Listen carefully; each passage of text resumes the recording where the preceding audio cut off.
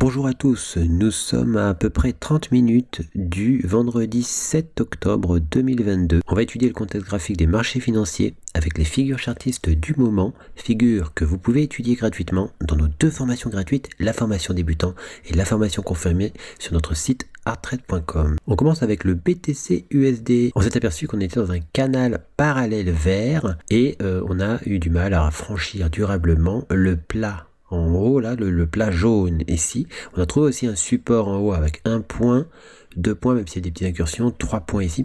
Et on imagine une cassure potentielle de ce canal parallèle qui se transformerait alors en drapeau. Le biseau descendant qui avait cassé à la hausse, eh bien, pourrait être invalidé dans ce scénario. On a toujours une position à la baisse, on s'était déjà fait stopper une première fois avec la position de la flèche rouge et la flèche jaune ici, et on a une deuxième position, on est venu raser le stop à plusieurs reprises, mais on n'a pas réussi à franchir durablement cette ligne jaune. Sur le BTC USD, eh bien, effectivement, cette ligne jaune correspond à un niveau sensible qui n'est autre que le plus haut d'après cassure du biseau mauve. On a toujours l'épaule tête-épaule qui pourrait venir recasser plus franchement sa ligne du coup pour aller vers l'objectif du biseau ascendant. On a aussi le drapeau qui donne toujours des objectifs baissiers. Il est possible qu'on soit simplement dans une pause sous forme d'un drapeau vert, effectivement, pour ensuite reprendre l'orientation vers l'objectif du drapeau bleu. Sur l'ETH USD, on est toujours dans un petit drapeau vert. On se rapproche du niveau d'invalidation. On avait cassé très ponctuellement ici, mais il n'est pas impossible encore de revenir casser une deuxième fois le drapeau pour finalement réussir à repartir en tendance baissière. En H4, on s'aperçoit qu'on est toujours dans un canal parallèle. Si ce canal parallèle cassait à la hausse, eh bien on aurait les critères d'un drapeau avec des objectifs haussiers.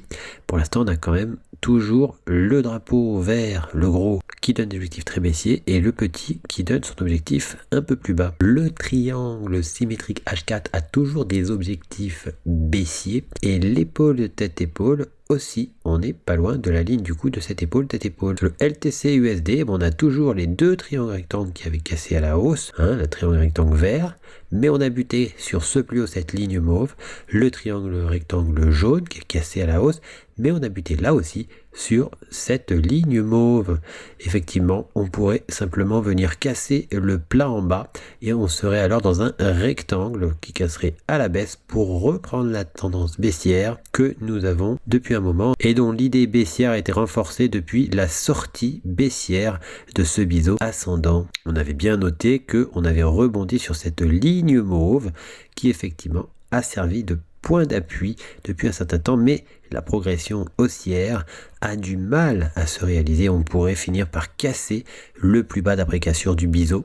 Toutefois, il n'est pas impossible qu'un rebond se réalise pour valider finalement les objectifs chartistes de l'ancien triangle symétrique. À noter toutefois que les figures chartistes sur les crypto-monnaies, que ce soit le THUSD, que ce soit le BTC USD ou le LTC USD, donnent des figures chartistes de continuation de tendance baissière, la tendance très marquée qu'il y avait avant. On est peut-être simplement dans une pause avant une reprise de cette chute. Sur le marché du gold, on a toujours le V-bottom qui avait cassé à la hausse, on a fait son demi-objectif. On a repéré effectivement un double bottom ici qui pourrait permettre la reprogression vers les objectifs chartistes du V-bottom ou le retour effectivement sur la ligne du coup du V-bottom. Sur le silver, on a le double creux qui avait tenté une cassure. La cassure a été avortée. Si on devait refranchir la ligne du coup, eh bien on aurait un premier obstacle, le plus haut d'après cassure. Et puis un deuxième obstacle, cette ligne verte, on la repère en daily, il s'agit du plat, du biseau d'élargissement ascendant. À angle droit, on est peut-être simplement en train de réaliser un pullback sur cette figure daily. Sur le WTI, on a fortement réintégré cette fois-ci le canal parallèle et il pourrait s'agir simplement d'une fausse cassure du canal parallèle, une fausse cassure baissière, pour repartir dans l'autre sens et venir finalement contre-attaquer le plat, contre-attaquer le triangle rectangle ainsi que le drapeau. Effectivement, on est arrivé très proche de l'objectif H du drapeau et on redécolle depuis un certain temps. On a repéré la fausse cassure de ce canal parallèle mauve par le biais d'un biseau vert qui a exagéré cette fausse cassure, donc à la baisse pour une réintégration. En H1, on retrouve ce biseau vert descendant très bien matérialisé qui a cassé ici et qui s'oriente vers son objectif son plus haut. On n'est pas loin de l'objectif H aussi du biseau ascendant qui avait cassé ici. Sur le CAC 40, on avait repéré effectivement cette tasse avec anse. On a fait un retour depuis le demi-objectif H jusqu'à la ligne du coup, et depuis la ligne du coup, on a quelques réactions baissières quand même, avec des répulsions effectivement à chaque fois qu'on est passé au-dessus de la ligne du coup. Nous revoici sous la ligne du coup. On pourrait finir par aller vers les objectifs chartistes de cette tasse avec anse. En H4, on s'est aperçu effectivement qu'on avait cassé un biseau descendant, mais qu'on a pris appui sur la parallèle à cette résistance, cette parallèle, et finalement on pourrait se retrouver de l'autre côté du canal parallèle, mais on a buté effectivement sur la ligne du coup de la tasse. Sur le DAX, on avait cassé le triangle rectangle et on est revenu sur un ancien plus bas. Cet ancien plus bas est à mettre en correspondance avec l'épaule, tête-épaule que l'on voit ici effectivement.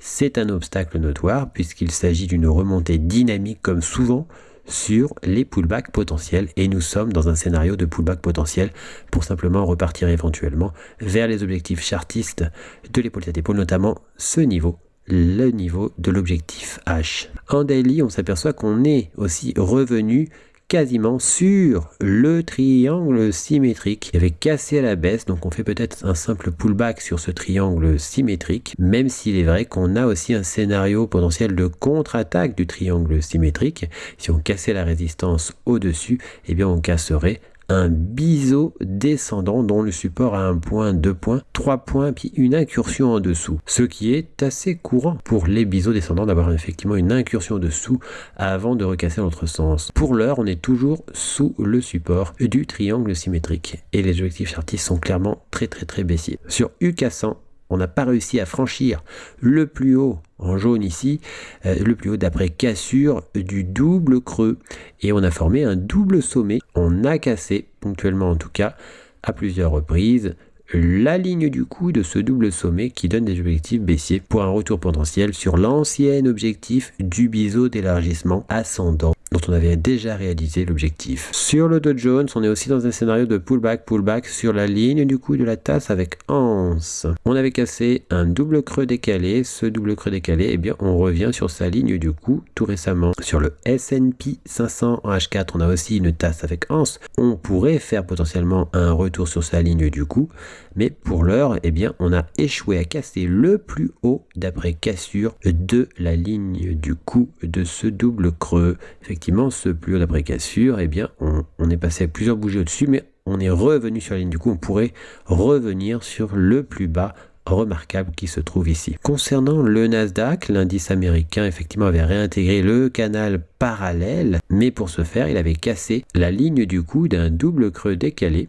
et on a eu du mal là aussi à franchir le plus haut d'après cassure de ce double creux décalé. On pourrait finalement recasser le canal parallèle et s'orienter vers son objectif H. Quand on regarde les choses avec une vue plus éloignée, on s'aperçoit qu'il y a toujours le double top de continuation, un top ici, un autre top ici, la ligne du coup, et on a l'objectif H plus bas. On pourrait très bien partir vers cet objectif H, sachant que il y a aussi l'objectif H du biseau d'élargissement descendant angle droit plus bas encore. Sur l'euro-dollar, eh bien, on semble reparti dans une idée baissière. On a cassé le drapeau vert qui est très bien représenté. Cassure, on casse aussi dans la foulée un V-bottom et on a des orientations baissières sur le plan théorique chartiste. On revoit ce drapeau vert dans cette vision en H1 de l'euro-dollar. Ce drapeau qui a peut-être servi simplement d'exagération pour un pullback donc généreux, exagération de la réintégration, et on recasse ce drapeau. Si on recasse